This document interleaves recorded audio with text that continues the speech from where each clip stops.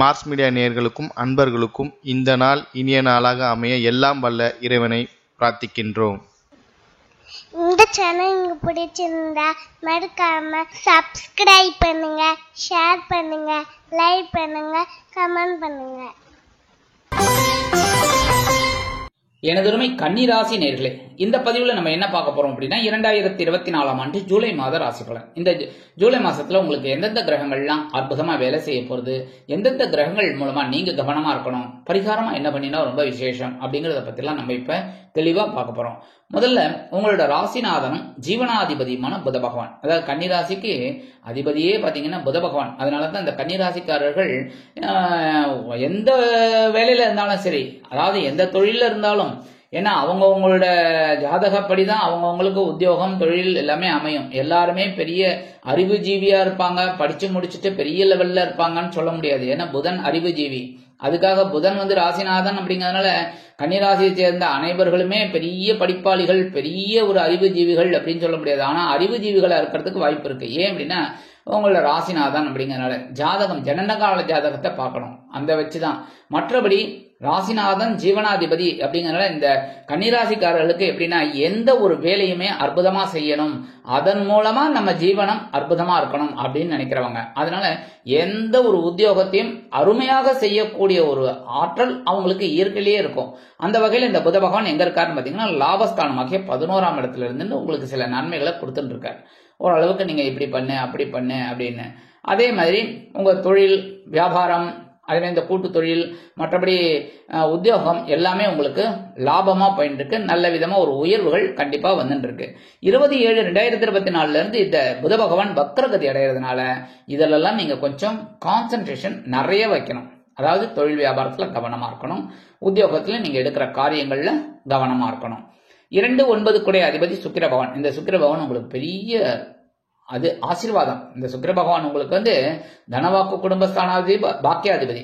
அதாவது எவ்வளவு தொழில் பண்ணினாலும் வருமானம் வந்தாலும் அதை அனுபவிக்கக்கூடிய ஒரு பாக்கியம் இருந்தால்தான் அது பெரிய விஷயம்.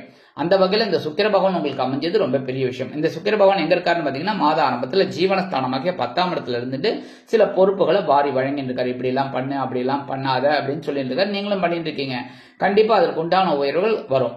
7/7/2024 இருந்து இந்த சுக்கிர பகவான் லாபஸ்தானமாகிய 11ஆம் இடத்துக்கு வர்றது ரொம்ப பெரிய பாக்கியம். ஏன்னா இப்பதான் உங்களுக்கு எல்லாவற்றையும் அனுபவிக்கக்கூடிய ஒரு வாய்ப்புகள் உங்களுக்கு கிடைக்கும். தனவரவு தாராளமா வரும். அதே மாதிரி கொடுத்த வாக்குறுதிகளை காப்பாற்றி மகிழ்வீர்கள். குடும்பத்திற்கு தேவையான சில முக்கிய முன்னேற்பாடுகளை செய்து கொள்வீர்கள். வெளியூர் அல்லது வெளிநாட்டு பயணங்கள் உங்களுக்கு அற்புதமாக ஒரு நன்மைகளை கொடுக்கும். அதே மாதிரி மனசுல ஒரு சந்தோஷம் இருக்கும். பொழுதுபோக்கு அம்சங்களில் நாட்டம் அதிகரிக்கும். 3-8 குடை அதிபதி செவ்வாய். அதாவது இந்த செவ்வாய் முயற்சி, தைரியம், வீரியம் இதுக்கெல்லாம் அதிபதி, உடன்பிறப்புகள் அதிபதி. அதே சமயம் அஷ்டமாதிபதி இவர் தான். இந்த செவ்வாய் பகவான் எங்க இருக்காருன்னு பாத்தீங்கன்னா அஷ்டமஸ்தானமாகிய 8ஆம் இடத்துல இருக்காரு. அஷ்டமாதிபதி அஷ்டமஸ்தானத்துல ஆட்சி அமைச்சிருக்கிறதுனால உடல் ஆரோக்கியத்துல கொஞ்சம் கவனமா இருக்கும். அதே மாதிரி பேசுற வார்த்தையில கவனமா இருக்கும். அதாவது எல்லா விஷயமும் நமக்கு தெரியும் அப்படின்னு தாரை தம்பட்டம் அடிச்சுக்க கூடாது. கவனமா ஒவ்வொரு விஷயத்திலையும் தெளிவா அந்த செஸ் விளையாடும் போது கான்சன்ட்ரேஷன் பாத்தீங்கன்னா அந்த 2 பேருக்கும் அவங்க என்ன மூவ் பண்றாங்கிறதுலதான் இருக்கும். மற்றபடி பக்கத்துல என்ன பேசிக்கிறாங்க, அவங்க என்ன நடந்துக்கிறாங்க அதெல்லாம் பார்க்க மாட்டாங்க. எதிராளி எப்படி மூவ் பண்றார் அப்படிங்கறதுல மட்டும்தான் கான்சென்ட்ரேஷன் இருக்கும். அந்த வகையில இந்த நேரத்துல நீங்க உடல் ஆரோக்கியத்துல கான்சென்ட்ரேஷன் எடுத்துக்கோங்க, பேசுற வார்த்தையில கான்சென்ட்ரேஷன் எடுத்துக்கோங்க. சரியா? மற்றபடி 11/7/2024 இருந்து இந்த செவ்வாய் பகவான் பாக்கியஸ்தானமாக 9ஆம் இடத்துக்கு குருவுடன் இணைந்து குருமங்கள யோகத்தை கொடுக்க போறார். அற்புதமான ஒரு மாற்றங்களை நீங்க பார்க்கலாம். சீருடை பணியாளர்களாகிய காவல், ராணுவம், தீயணைப்புத்துறை, மருத்துவத்துறையில் வேலை பார்க்கும் அன்பர்களுக்கு எதிர்பார்க்கும் இடமாற்றம், பதவி மாற்றம், பதவி உயர்வு, சம்பள உயர்வு அருமையாக, மிக அருமையாக கண்டிப்பாக சேரும். இனிமேதான் உங்களோட காட்டுல மழை. ஏன்னா 9ஆம் இடம் அப்படிங்கிறது ரொம்ப விசேஷமானது. ஏன்னா 7-8 உங்களை சில இதெல்லாம் கொடுத்துட்டார், குழப்பத்தெல்லாம் கொடுத்தார், சில பிரச்சனைகளை கொடுத்தார், ஒரு தெளிவையும் கொடுத்தார். ஏன்னா ஒரு குழப்பம் வந்தாதான் இந்த இது சொல்லுவாங்க, நாரதர் கழகம் நன்மையில் முடியும்னு. அந்த கழகம் ஆரம்பிச்சாதான் நன்மையில முடியும். அந்த மாதிரி ஒரு கழகம் ஆரம்பிச்சாதான் ஒரு நன்மை. அந்த வகையில் உங்களுக்கு சில கழகத்தெல்லாம் மூட்டி கொடுத்து ஒரு நன்மையை கொடுத்தார். இப்ப 9ஆம் இடத்துல வரதுனால ஓரளவுக்கு உங்களுக்கு நன்மைகள் கண்டிப்பாக அமையும். மற்ற அடுத்தபடியா விரையாதிபதி சூரிய பகவான் உங்களுக்கு பாத்தீங்கன்னா சூரிய பகவான் விரையாதிபதி. ஆத்மகாரகன், பித்ருக்காரகன், விரையாதிபதி. அந்த வகையில இந்த சூரிய பகவான் ஜீவனஸ்தானமாகிய 10ஆம் இடத்துல இருக்கார். மாத ஆரம்பத்துல உத்தியோகத்துல பரபரப்பா இருக்கணும், வேலை பளு அதிகமா இருக்கும், தொழில் வியாபாரத்திலையும் வேலை பளு அதிகமா இருக்கும், கவனமா இருக்கணும், கூட்டாளிகளை அனுசரிச்சு போகணும், வாடிக்கையாளர்களோட விருப்பத்தெல்லாம் பூர்த்தி பண்ணணும். மற்றபடி சில பேருக்கு பாத்தீங்கன்னா எடுக்கிற காரியங்களும் ஓரளவுக்கு உங்களுக்கு அனுகூலமா இருக்கும். அப்படின்னாலும் சில செலவுகளும் எதிர்பாராமல் வந்து கொண்டேதான் இருக்கும். மற்றபடி 17/7/2024 இருந்து இந்த சூரிய பகவான் எங்க வரப்போறான்னு பாத்தீங்கன்னா அற்புதமா லாபஸ்தானத்துக்கு வந்துடுறார். தட்சிணாயனம் ஆரம்பிச்சுடுறது. கடகராசி உங்களுக்கு 11ஆம் இடம் அப்படிங்கறனால தொழில் விருத்தி அடையும், லாபம் குவியும். அதே மாதிரி சில பேருக்கு புதிதாக தொழில் தொடங்கக்கூடிய ஒரு வாய்ப்புகள் கண்டிப்பாக அமையும். மற்றபடி வெளியூர் அல்லது வெளிநாட்டு பயணங்கள் அற்புதமாக நிறைவேறும். சில பேருக்கு வீடு, மனை, வாகனம் இதெல்லாம் வாங்கக்கூடிய ஒரு யோகம் உண்டாகும். உத்தியோகம் இல்லாத குழந்தைகளுக்கு நல்ல உத்தியோகம் கண்டிப்பாக அமையும். மற்றபடி சில செலவுகளும் அப்படி இப்படியே இருந்துட்டு இருக்கும், பரவாயில்ல. 4-7 குடை அதிபதி குரு பகவான் பாக்கியஸ்தானமாக 9ஆம் இடத்துல இருக்கிறது பெரிய விஷயம். ஏன்னா ஓடி போனவனுக்கு 9ஆம் இடத்துல குரு அப்படின்னாலே அவருக்கே நல்லது பண்றார் அப்படின்னா உங்களுக்கு கண்டிப்பா நல்லது பண்ணுவார். இருந்தாலும் ரிஷபராசி பகை கிரகமோட வீடு அப்படின்னாலும் ஓரளவுக்கு உங்களுக்கு அனுகூலம் கொடுத்துட்டு இருப்பார். ஒரு சில வேலைகளையும் உங்களுக்கு பண்ணிட்டு இருப்பார், கவலைப்பட வேண்டாம். மற்றபடி குருவோட பார்வை என்னைக்குமே இது நல்லதுதான், சுப பார்வை தான். அப்படி இருக்கும்போது உங்க ஜென்மராசியை பார்க்கறதுனால உடல் ஆரோக்கியம் சிறப்பா இருக்கும். சின்ன சின்ன இதெல்லாம் இருந்தா கூட பெரிய அளவுல பாதிப்புகள் இராது. அடுத்தபடி 7ஆம் பார்வை உங்க சகாயஸ்தானமாக 3ஆம் இடத்தை பார்க்கறது ரொம்ப விசேஷம். உடன் பிறப்புகள் அனுகூலமா இருப்பாங்க. அதே மாதிரி அரசாங்கத்துறையில இருக்கிறவர்களுக்கெல்லாம் எதிர்பார்த்த ஒரு முன்னேற்றம் கண்டிப்பாக அமையும். அடுத்த பறவை 9ஆம் பறவை உங்க பஞ்சமஸ்தானத்தை பார்க்கறதுனால குழந்தைகளின் மூலம் சில குழப்பங்கள் இருந்தாலும் சந்தோஷங்களும் இருக்கத்தான் செய்யும். ஆன்மீக விஷயங்களில் நாட்டம் கொள்வீர்கள். அதே மாதிரி ஆன்மீக சுற்றுலா செல்வதற்குண்டான சில வேலைகளை நீங்க கண்டிப்பா செய்வீங்க. 5-6 குடை அதிபதி சனீஸ்வர பகவான், அதாவது இவர் தான் பஞ்சமாதிபதி, பகைரூண ரோகாதிபதி. இந்த சனீஸ்வர பகவான் 2 ஆதிபத்தியம். அதனால இந்த 2 ஆதிபத்தியம் உள்ள சனீஸ்வர பகவான் பகைரூண ரோகஸ்தானமாக 6ஆம் இடத்துல வக்ரகதியில இருக்கிறார். அதனால உத்தியோகத்துல கொஞ்சம் கவனமா தான் இருக்கணும், எடுக்கிற வேலையில கவனமா இருக்கணும், சரியா? தொழில் வியாபாரத்திலையும் பொறுமையா இருக்கணும், எடுத்தோம் கவித்தோம்லாம் நடந்துக்க கூடாது. உடல் ஆரோக்கியத்திலையும் கவனமா இருங்க. பயணங்கள் ஓரளவுக்கு உங்களுக்கு அனுகூலத்தை கொடுக்கும். அதுவும் இந்த ஆன்மீக பயணங்கள் உங்களுக்கு அற்புதமான ஒரு ஆனந்தத்தை கண்டிப்பாக கொடுக்கும். மற்றபடி சாயா கிரகமான ராகு பகவான் கலத்திர ஸ்தலமாக 7ஆம் இடத்துல இருக்கார். கேது பகவான் ஜென்மஸ்தானத்துல குருவோட பார்வையை வாங்கிட்டு அற்புதமா இருக்கார். இந்த நேரத்துல என்ன அப்படின்னா 2 பேரும் சமசப்தம பார்வை அப்படிங்கும்போது உடல் ஆரோக்கியத்துல கவனமா இருக்கணும். சில நேரங்கள்ல கொஞ்சம் கோபம் அதிகமா ஆகிற மாதிரி இருக்கும். ஏன்னா ஜென்மராசியில கேது இருந்தாலே ஒரு கோபத்தை கொடுத்து அதன் மூலம் உங்களுக்கு ஒரு தெளிவை கொடுப்பார். எப்பவுமே கேது எங்க உட்கார்ந்து இருக்காரோ அந்த இடத்தை கெடுத்து கொடுப்பார். எப்படின்னா இப்ப ஜென்மராசியில இருக்கார் அப்படிங்கும்போது உங்களை கெடுக்க ஆரம்பிப்பார். எப்படி? ஒரு பணம் வருது அப்படின்னா தாம் தூம்னு செலவு பண்ணணும் அப்படின்னு தாம் தூம்னு அனாவசியமான செலவு பண்ணா என்ன ஆகும்? கடன். கரெக்டா?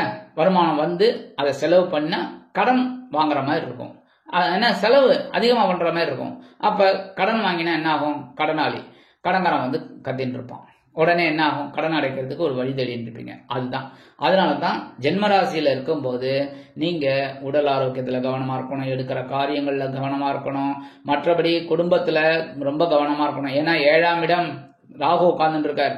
அப்படி இருக்கும்போது பிரம்மாண்டமா யோசிக்க வைப்பார். குடும்பத்துல ஒரு வீடு வாங்கணும் அப்படின்னா ஒரு 4 பெட்ரூம் இருக்கிற மாதிரி வாங்கலாமா, இல்ல 40 பெட்ரூம் இருக்கிற மாதிரி வாங்கலாமாங்கிறதெல்லாம் யோசிக்க வைப்பார். என்ன பெரிய பெரிய பங்களாவா வாங்கணுமான்னு நீங்க யோசிச்சு செய்யணும். அனாவசியமா இறங்கிட்டீங்க அப்படின்னா பிரச்சனைகள் உங்களுக்கு தான். அதனால கவனமா இருக்கணும், சரியா? எடுக்கிற காரியங்கள்லயும் கவனமா இருக்கணும். மற்றபடி ஆன்மீக விஷயங்கள்ல கொஞ்சம் நாட்டம் கொண்டீங்கன்னா ஓரளவுக்கு அனுகூலம் இருக்கு. இருந்தாலும் இந்த வெளியூர் போயிட்டு படிக்கணும், வெளியூர் போயிட்டு உத்தியோகம் பார்க்கணும் அப்படின்னு நினைக்கிற குழந்தைகள், அதான் வெளிநாடு போகணும்னாலும் தாராளமா முயற்சிகளை மேற்கொள்ளலாம். அந்த முயற்சிகள் கொஞ்சம் காலதாமதம் ஆனாலும் உங்களுக்கு இறுதியில் வெற்றிகளை கண்டிப்பாக கொடுக்கும். மற்றபடி நான் எப்பவுமே சொல்ற மாதிரி பரிகாரமா புற்றுக்கோயில் போயிட்டு வாங்கோ. ஏன்னா இந்த சாயா கிரகங்களுக்காக புற்றுக்கோயில் போயிட்டு வர்றதுதான் விசேஷம். கண்டிப்பா நான் சொல்லிட்டே தான் இருப்பேன், நான் விட மாட்டேன். ஏன்னா நீங்க நன்னா இருக்கணும், சரியா? அதனால ஏன்னா கன்னிராசி நண்பர்கள் கொஞ்சம் அறிவுஜீவிகள் அப்படிங்கிறதுனால அவங்க மனசுல இருக்கிற குறைகள் தீரணும் அப்படின்னா கண்டிப்பா புற்றுக்கோயில் போயிட்டு வாங்கோ. செவ்வாய்க்கிழமை, வெள்ளிக்கிழமை, ஞாயிற்றுக்கிழமை 3 நாள் முடியாதவ 1 நாள் கண்டிப்பா போயிட்டு வாங்க. போயிட்டு வர்றது ரொம்ப விசேஷம். அப்படியே போகும்போது ஒரு கும்பிட்டு போட்டு போறது இல்ல, தப்பே கிடையாது. ஒரு 2 நிமிஷம், ஒரு 3 நிமிஷம், இதுல ஒரு பெரிய இதுவே கிடையாது. சரியா? பஸ்ல போயிட்டு இருக்கீங்க, அப்படியே சுவாமியை தரிசனம் பண்ணுங்க. ஒரு நிமிஷம், ஒன்றும் பெரிய இது இல்லை. அந்த மாதிரிலாம் பண்றது ரொம்ப விசேஷம். சரியா? அடுத்தபடியா பெருமாள் கோயில் போயிட்டு வாங்க. அதுவும் இந்த சயன பெருமாள் இருக்காரு பாருங்க, படுத்துட்டு இருக்கிற பெருமாள். இப்ப சென்னையில இருக்கா அப்படின்னா அடையார் அனந்த பத்மநாப சுவாமி. ஸ்ரீரங்கத்துல இருக்கீங்க அப்படின்னா ஸ்ரீரங்கம் சூப்பர். அதே மாதிரி இந்த ஒவ்வொரு இடத்துலயும் எங்க அயன சயன பெருமாள் இருக்கார் அப்படின்னு பாருங்க. என்ன, அந்த பெருமாளை போய் வழிபாடு பண்றது ரொம்ப விசேஷம். சரி, அது இல்லை அப்படின்னா மனசார தியானம் பண்ணுங்க, தப்பே கிடையாது. சரியா? மனசார தியானம் பண்றது ரொம்ப விசேஷம். என்ன, முடிஞ்சா அந்த அயனசயன பெருமாள் கோலத்தை தரிசனம் பண்ணுங்க. முடியாதவங்க மனசார தியானம் பண்ணுங்க. இல்லைன்னா நின்ற பெருமாள் கோயிலுக்கு கண்டிப்பா போங்க. போயிட்டு பெருமாளையும் தாயாரையும் துளசி மாலை கொண்டு வழிபாடு பண்ணுங்க. கண்டிப்பா ஒரு சக்சஸ்ஃபுல்லான ஒரு மாதம் உங்களுக்கு கண்டிப்பா கிடைக்கும். அடுத்தபடியா சனீஸ்வர பகவான் வழிபாடு பண்றது ரொம்ப விசேஷம். சனிக்கிழமை நவகிரகங்களில் உள்ள ஆயுள் காரகராகிய சனீஸ்வர பகவானுக்கு எள் தீபம் ஏற்றி வழிபாடு பண்ணுங்கோ. அதே மாதிரி அன்னதானம் பண்ணுங்கோ, ரொம்ப விசேஷம். அன்னதானம் பண்ண உங்களோட வாழ்க்கையை எப்படிப்பட்ட ஒரு நல்ல திருப்பங்கள் கிடைக்கிறதுங்கிறத நீங்களே அனுபவத்துல பார்க்கலாம். சரியா? இந்த மாதிரி நீங்க சின்ன சின்ன பரிகாரங்கள் பண்ணினாலே 2024ஆம் ஆண்டு ஜூலை மாதம் உங்களுக்கு அற்புதமான ஏற்றம் தரும், மாற்றம் தரும், இனிமைகளை அள்ளித்தரும் மாதமாக அமையும் என்று கூறி விடைபெறுகிறேன். நன்றி, வணக்கம். மீண்டும் ஒரு அருமையான பதிவில் நான் உங்களை மனமகிழ்ச்சியோடு சந்திக்கிறேன். வாழ்த்துக்கள். வாழ்க வளமுடன். இந்த சேனல் உங்களுக்கு பிடிச்சிருந்தா மறக்காம சப்ஸ்கிரைப் பண்ணுங்க, லைக் பண்ணுங்க, ஷேர் பண்ணுங்க.